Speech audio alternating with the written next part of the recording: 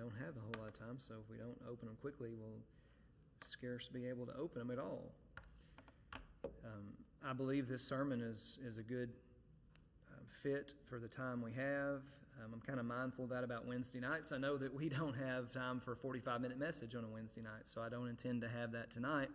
But if you would, let's just start off in Acts chapter 4. Acts chapter 4.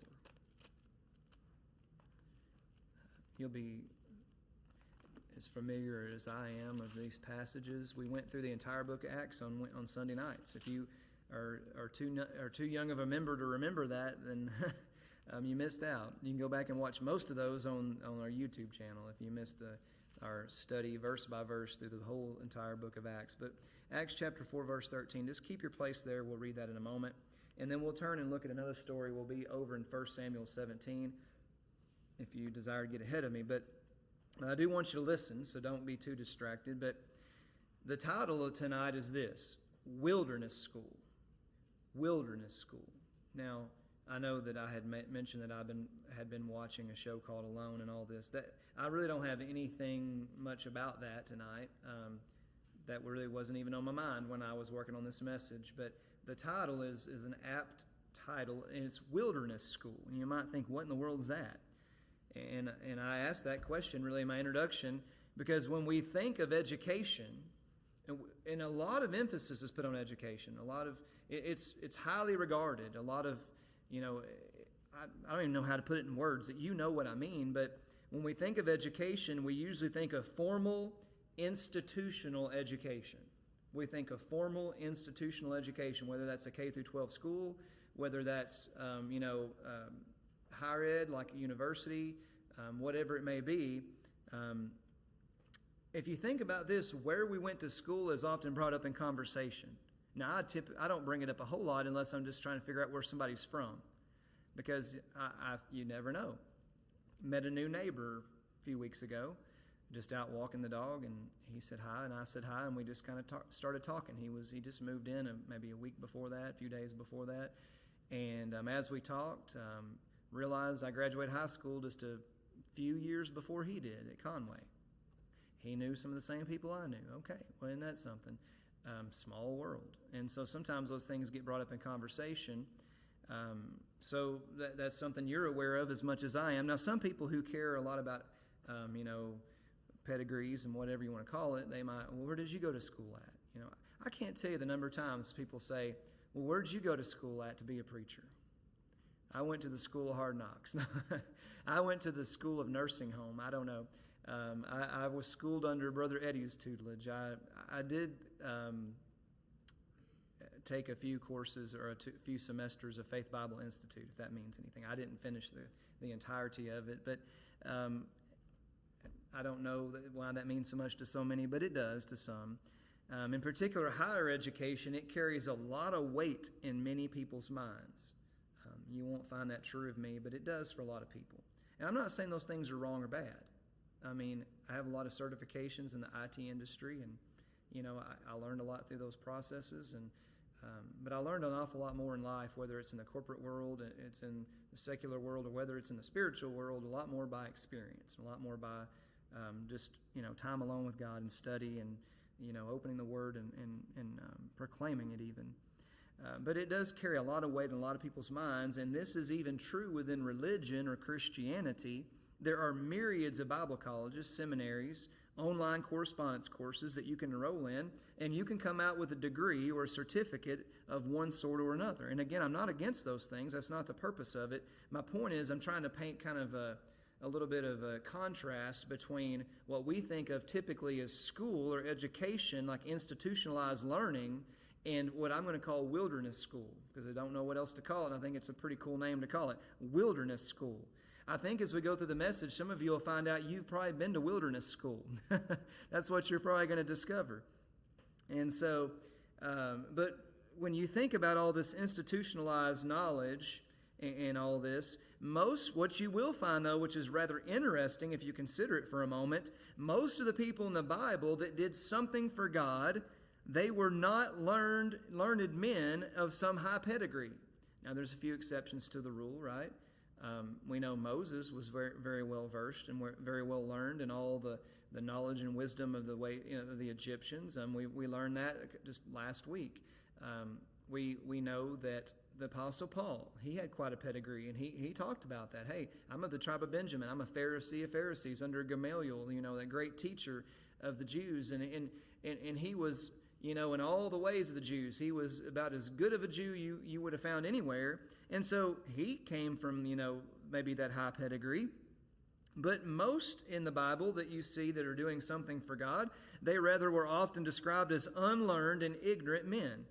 The differentiating factor then being simply that their proximity to God, their relationship with God, and in the verse that I'm going to look at here with you is look at Acts chapter 4, verse 13. Acts chapter 4, verse 13. Now when they saw the boldness of Peter and John and perceived that they were unlearned and ignorant men.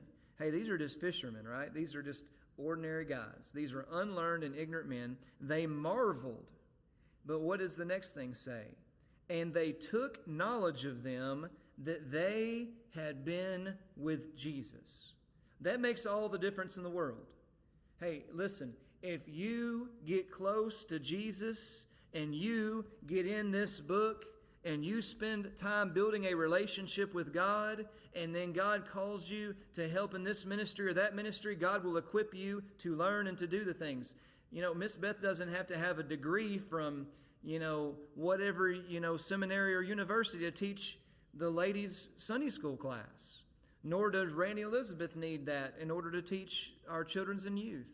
But what do they need? They need to have a close walk with God, and they need to be in this book, and they need to know what this book says, and they need to hide it in their heart, and they need to walk with their God, and they need to make that a matter of the most serious, very serious matter. And so, what do you see? What makes the difference in a Christian life? The people took notice that they had been with Jesus. So, what you will see when you don't see a lot of institutionalized learning mentioned to a great degree, what you will, however, see in Scripture quite frequently is what I'll call God's wilderness school.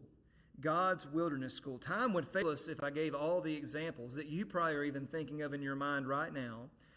God often prepared people for the job ahead by first sending them to a wilderness place away from the influences of the world, away from distractions, and in a position to be alone with God. Now, it doesn't mean you have to be in a physical wilderness. You don't have to be out in the woods necessarily, but you are going to have to be alone with God for a period of time. You're going to have to take a little respite. You're going to have to take a little detour. You're going to have to pull off on the side and get off the main beaten path, and you're going to have to spend some time with God and go through this wilderness school, if you will. God's wilderness school. Again, I think one of the reasons, if I could think of probably one of the most preeminent reasons that you think of things like church camp. Well, why is that worth even doing? Well, because of it's kind of, in a sense, not really, I don't know if I'll call it wilderness school, but you know what it is? You're away from distractions of the world. You're away from all the technology and social media and all those things of the world. You know what? You're away from your normal circumstances, your normal situation. You're away from all that. Maybe you're away from all those bad influences, and I'm talking for the young people particularly. And what do they find themselves? They find themselves surrounded by godly people who love the Lord, and they have time to be more alone with God, away from the things that would draw them away, that draw their attention away. And so I think those things are very effective and are very helpful. I mentioned last Sunday that one of the things that was beautiful about camp, for those that were in 7th grade and above, when Brother Hart got through preaching, the altars were full. And listen, you only come up here if the God would lead you to. I'm a big proponent of saying that, but I will say, we have invitations, and a lot of times I'm the only one over here, or maybe there's just one or two others. Man, maybe y'all got it figured out and I don't. I don't know. I wonder. I'm the preacher, and I need to get down here. I don't know. Just do with that what you will, but it doesn't have to be up here. I understand that, but just take that and do what you will with it. It's not the message tonight. But what I want to say this is, God often prepares people for the job ahead by first sending them to a wilderness place, away from influences, away from distractions, and in a position to be alone with God. I'm going to give you a couple examples. We're just going to run right through them. We're not even going to open up the Word to see that, because we're going to be in 1 Samuel in just a moment for the big, the finale, if you will, of the examples we're going to look at. But you see with Moses, yes, he was a learned man. Yes, he had spent time in the palace as the son of Pharaoh's daughter. But during his 40 years as a shepherd in Midian, a shepherd tending to his father-in-law's sheep, he was in essence going through wilderness school, God's wilderness school. And you think about his experience at the burning bush. It's very likely he would have never even made notice of a bush burning if he'd have been in the busyness and hustle bustle of the cities of Egypt, and been all enthralled in all the things that Egypt had to offer, the pleasures of sin for a season, all the distractions. But here he is, been a shepherd for some 40 years now, very keenly aware of his surroundings and all the rocks and the mountains and the hills and the valleys, and he probably knew all that territory like the back of his hand. It's kind of like Brother Luke knows some places out in the woods where he hunts regularly. He just knows them like the back of his hand. He knows where all this is. And whenever he'd come across and in his peripheral caught this bush burning but not being consumed, something was different. God was able to meet with him in that wilderness place. And over the course of some time in that wilderness place, God spent persuading Moses that, hey, you need to go and tell Pharaoh to let your people go, to let my people go. And so that was a wilderness training, if you will. It was a long training. It wasn't just an in and out. It wasn't a crash course, really, because it took a long time. Hey, guess what? You see that in John the Baptist during his preparation to be the forerunner of Christ. He was a wild man by most accounts. He was a spectacle to see. What does it say in Scripture? What did you come out here to see? A reed shaking in the wind? I mean, people, I think, came to see the spectacle oftentimes. They weren't really coming to hear the message John the Baptist had. They just heard, hey, have you heard about this guy? He wears coats and clothes of camel's hair, and he has a belt about his waist, and he's eating locusts and wild honey. Come and check out this crazy guy that's preaching and proclaiming some nonsense out here in the wilderness, out here. And you know, that was true, maybe to a certain degree, of how the world would have perceived John the Baptist. But he was being prepared in his time in the wilderness. You think about Jesus, he didn't start his earthly ministry till he was 33 years old or so, or right about 30 years old, I guess it was. And so you see John the Baptist is much parallel as far as age goes. Elizabeth and Mary are both pregnant at the same time, and there's just a number of months apart between the two of them. And so, John the Baptist is spending all of his training time really is in the wilderness, and it would have been quite a sight. And when you think about all the things I just mentioned, I don't know if you remember this. We watched it not too long ago. Do any of you remember the movie Jumanji? The original one with Robin Williams. Do you remember that movie? The protagonist, played by Robin Williams, you remember after being trapped in the game, in essence, in the wilderness for 26 years, when I think of what John the Baptist might have looked like, he might have looked like Robin Williams looked in that movie Jumanji. I mean, he had this big old long beard. His hair was all disheveled. He was wearing the most ridiculous clothes that he could scrounge around and scrounge up, and it was interesting. But I could see John the Baptist with similar appearance. And that aside, listen, his time in the wilderness prepared him for one of the most important callings in all of Scripture, to be the one to prepare the way of the Lord, to make his path straight, to preach, repent, for the kingdom of heaven is at hand.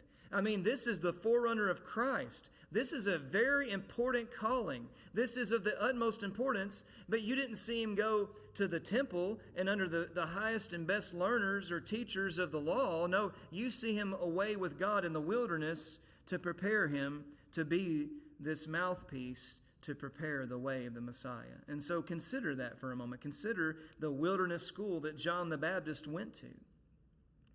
And then you'll recall even Jesus himself, as his earthly ministry is about to kick off, he spends 40 days in the wilderness being tested of the devil. Being tested of the devil.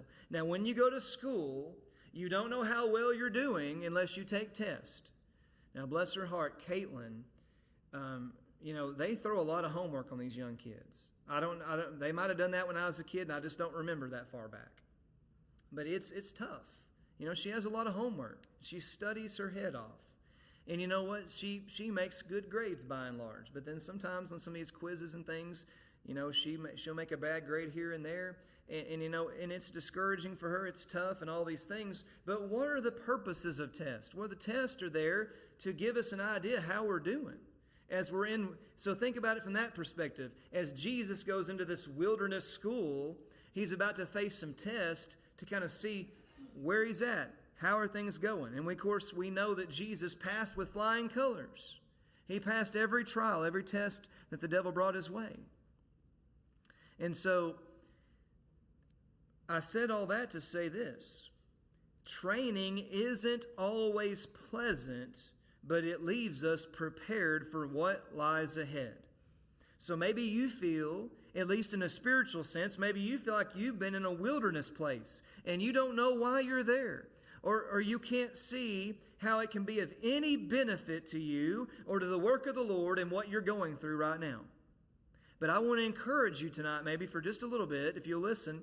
See, in actuality, it may be the very place God intends for you to be is right where you are now, even if it is a wilderness place. That's where He intends for you to be. What? To prepare you for what is coming next. If you really were critical in your thinking and you thought really carefully about your life in different kind of seasons of your life, what you may find is at the time it was going on, you thought, Lord, why am I going through this? This doesn't make any sense. But looking at it with hindsight, you can say, I see. God was using those circumstances to prepare me for the next thing that was coming. And God does that. He uses this wilderness school, if you will. And so,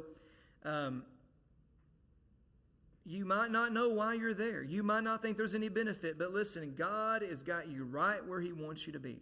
So in this story that we're going to look at tonight, for just a few moments, because that's all we've got, look there in 1 Samuel chapter 17. We are not going to go through this entire story. I've got certain select verses picked out for sake of time.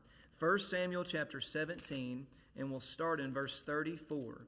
1 Samuel chapter 17, verse 34. And what I want you to think about and get in your mind as we get ready to read this verse, in this story, we're going to take a look at David. He had been to wilderness school. I'm sure at the time it seemed that the circumstances he faced were of no long-term consequences. He thought that the things that he faced were just necessary for the moment. But in fact, the things that he saw and the things he dealt with were preparing him for one of the biggest battles of his life and one of the most remembered and remarked stories in all of Scripture.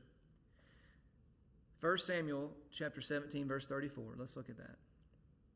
And David said unto Saul, Thy servant kept his father's sheep, and there came a lion and a bear, and took a lamb out of the flock. And I went out after them, and smote him, and delivered it out of his mouth. And when he arose against me, I caught him by his beard, and smote him, and slew him. Thy servant slew both the lion and the bear, and this uncircumcised Philistine shall be as one of them, seeing he hath defied the armies of the living God. David said, Moreover, the Lord that delivered me out of the paw of the lion and out of the paw of the bear, He will deliver me out of the hand of the Philistine. And Saul said unto David, Go, and the Lord be with thee. Just pause there for a moment and consider this. Very interesting story. You'll first see that David had met some harrowing situations in a place you might not expect it. I mean, he's just tending to his father's sheep. He's just a shepherd. But there was great peril to be a shepherd. I mean, I think of it as being a relaxing thing. You all think the same way I do. You're envisioning David leaned up against a tree playing his harp while the sheep are out there grazing in that beautiful green pasture. But what we also have to see when we envision that in our mind is we have to see that there's a lion lurking in the tall grass at the edge of that green pasture. And there's a bear lurking in the shadows, in the edge of the forest there.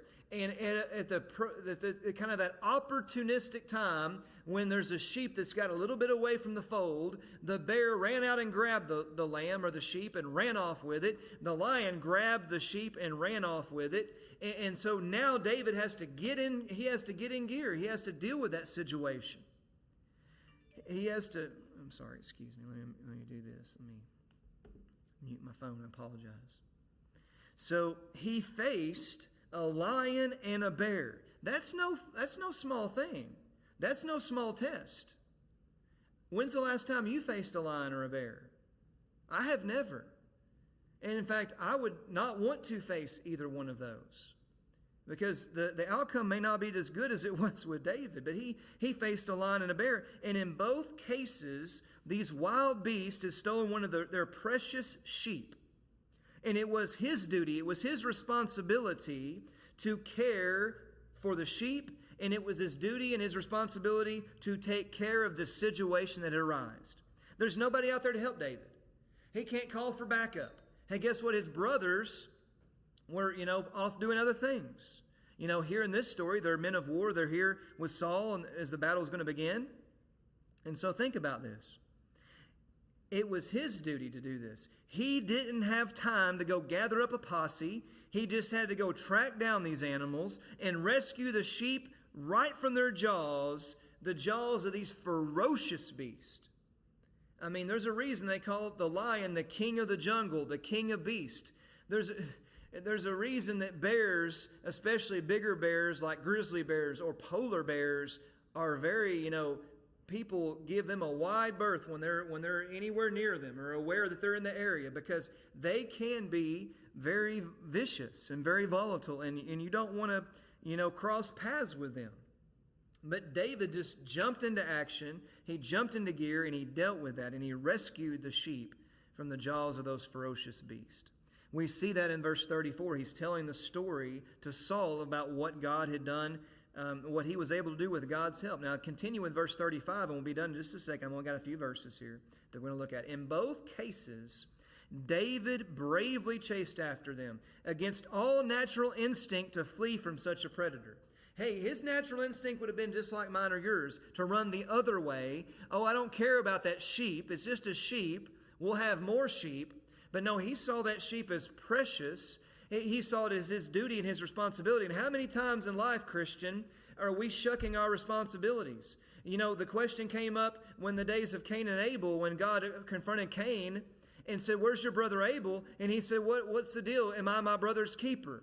And we're asking the same question. Well, what's it my deal? That's just a sheep. Well, no, but listen, it's our responsibility to care for that sheep, in the sense of we have certain people who it's our responsibility to watch after, to look over. Now, as a husband and a dad, I understand that from my family. But listen, even as a church family, that's our responsibility, to look over the flock, if you will. Now you say, well, that's the pastor's job. It's all of our job. We need to look out for one another. But what David did was no small feat. Against all these natural inclinations, he was determined to deliver his flock from the jaws of the lion and the bear. The beast rose up against David, but against all odds, again, in both cases, he caught them, he smote them, and he slew them.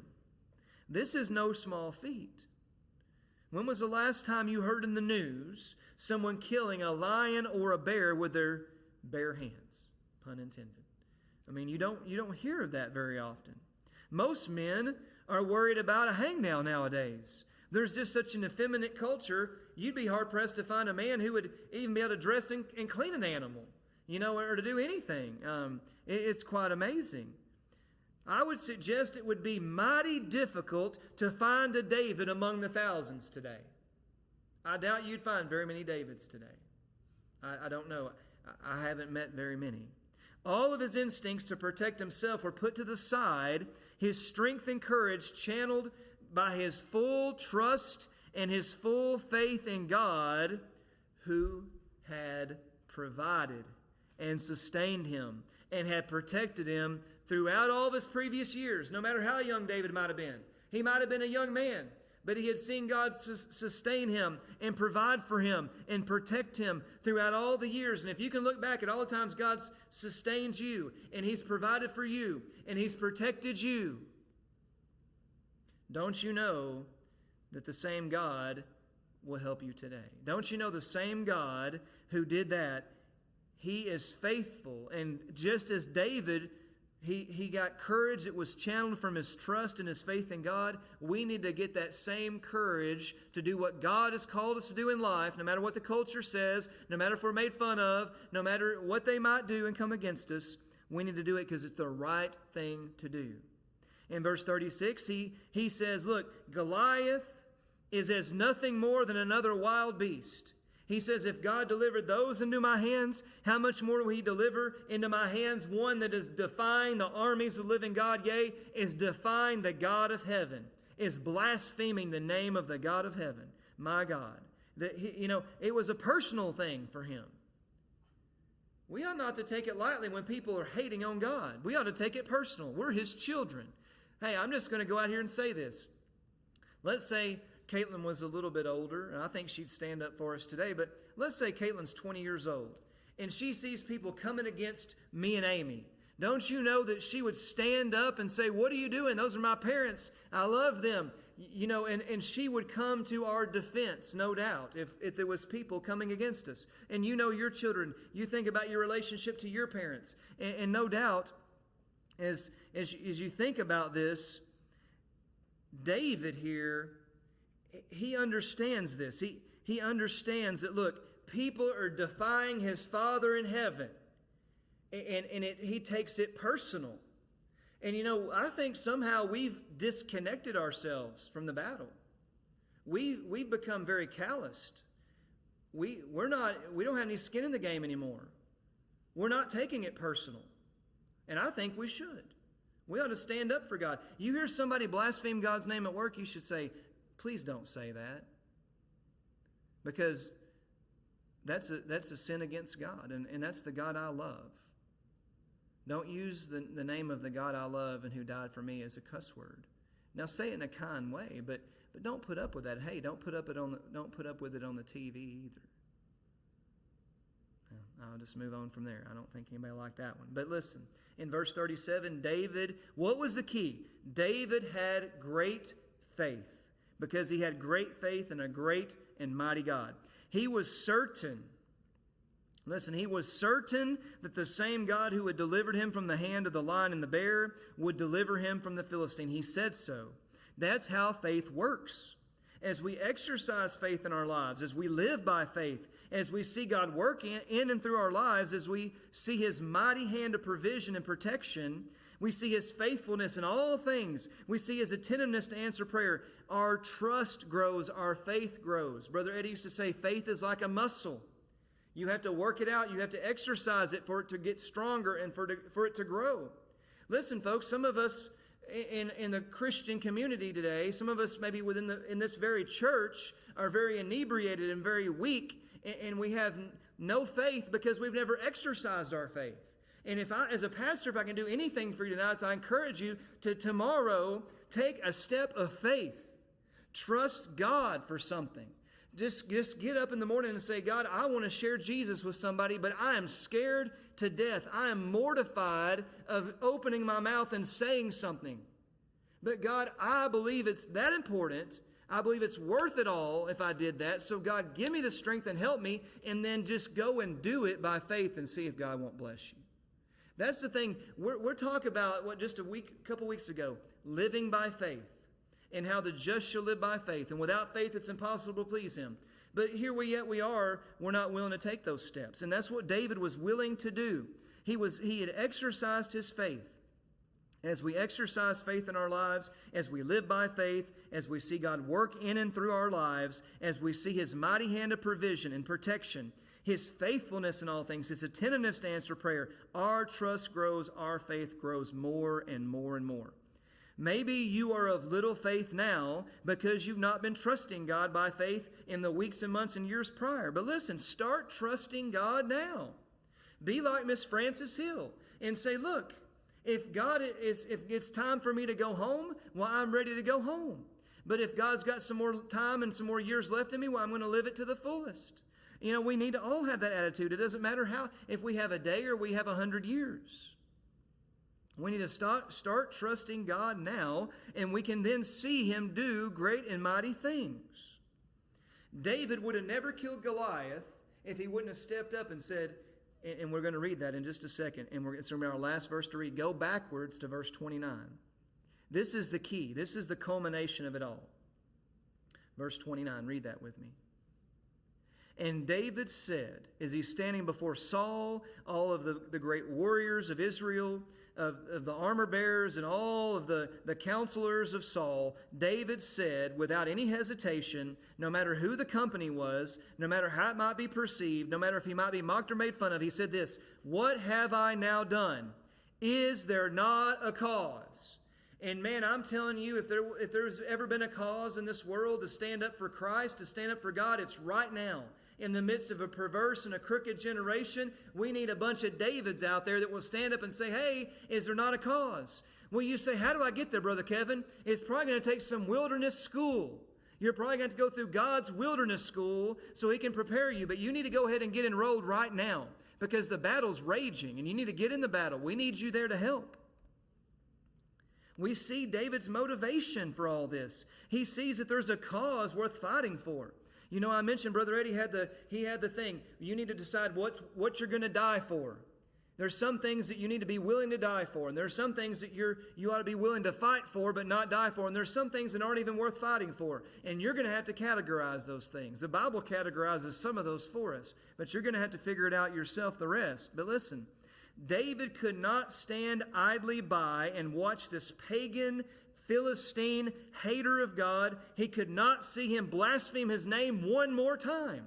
And what's sad about that is here King Saul, who's head and shoulders above all else, and all the mighty warriors of Israel, they stood there day after day after day for 40 days, it says, and they watched this heathen, this pagan, this hater of God, blaspheme the armies of the living God and blaspheme God himself. And they just stood there and watched it. Boy, if that isn't a picture of Christianity today, I don't know what is.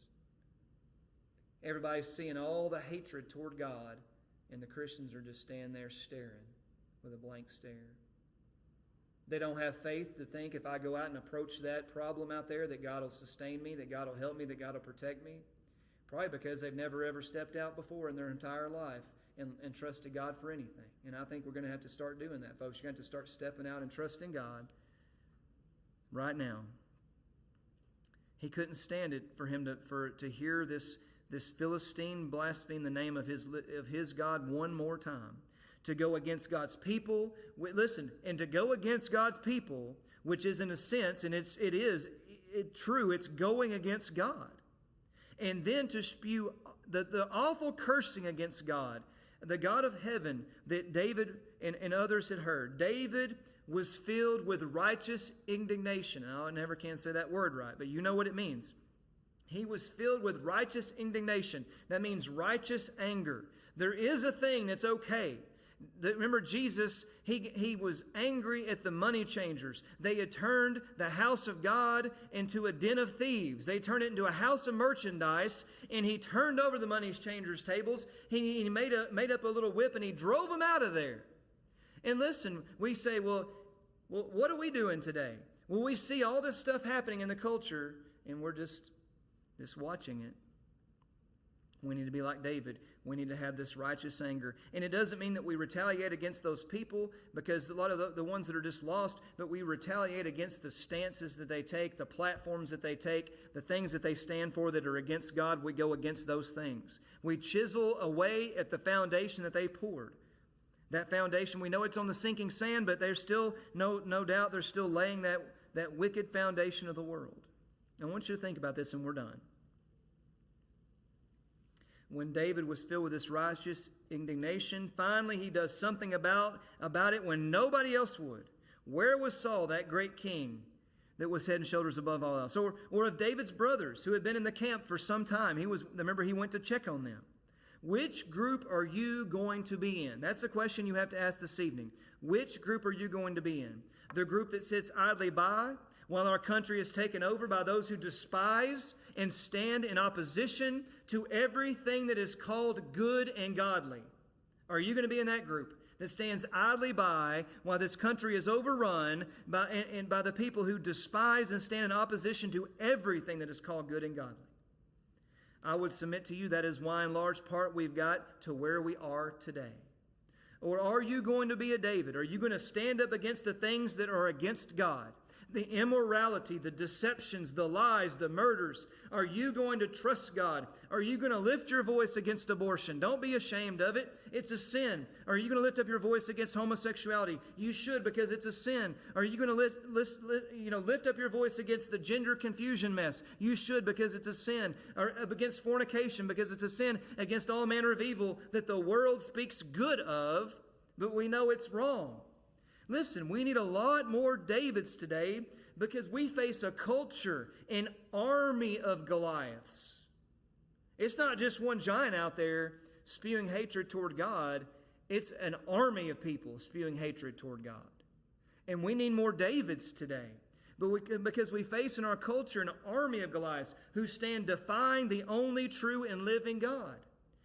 And how do they do that? Well, they do it by going against everything that's good and godly. Everything that we stand for, they go against. You just name it. Prayer, they're against it. The Bible, they're against it. Everything that the Bible stands for, they're going to find a way to be against it. And the culture is so topsy-turvy, upside down, and we have to stand against it. We do it with love, but we do it with a love more than anything for God.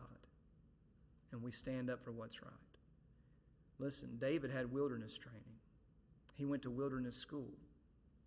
You might be in wilderness school right now, but you know what that means? God's preparing you for a battle that's coming.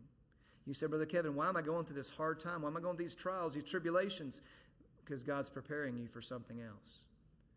And you'll understand it better by and by. Let's all stand to our feet. We'll be dismissed. Thank you for your patience. I know we went over a lot, but wanted to get the message done. Let's bow our head and close our eyes. I'm going to ask Brother Luke